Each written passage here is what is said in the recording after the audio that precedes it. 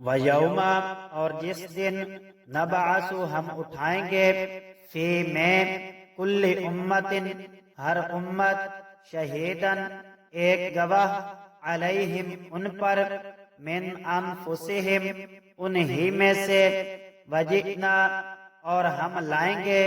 بکا آپ کو شہیدن گواہ علی ہؤلاء ان سب پر ونزلنا اور ہم نے نازل کی علیکا آپ پر الکتاب یعنی قرآن تبیانا مفصل بیان لکل شیء ہر شے کا وہدن اور ہدایت ورحمتن اور رحمت وبشرا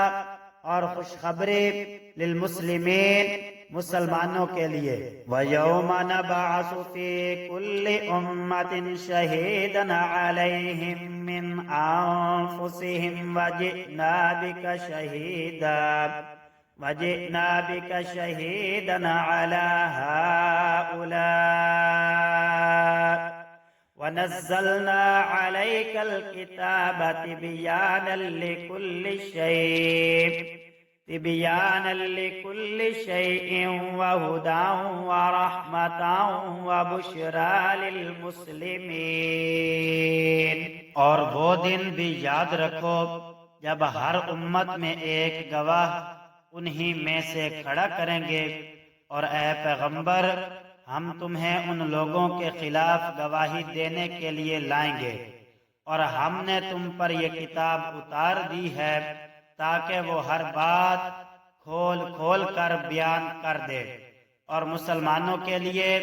ہدایت، رحمت اور خوشخبری کا سامان ہو۔ ان بے شک اللہ یأمر حکم دیتا ہے بالعدل عدل کا، والاحسان اور احسان، وایتاء اور دینا، ذی القربى رشتہ دار، وینہا اور منع کرتا ہے، عن سے الفحشاء بے حیائی، والمنکر اور ناشائستہ، والبغی اور سرکشی، یعظکم تمہیں نصیحت کرتا ہے، لعلکم تاکہ تم تذکرون دھیان کرو۔ ان اللہ یأمر بالعدل والاحسان وایتاء ذی القربى وینہا عن الفحشاء والمنکر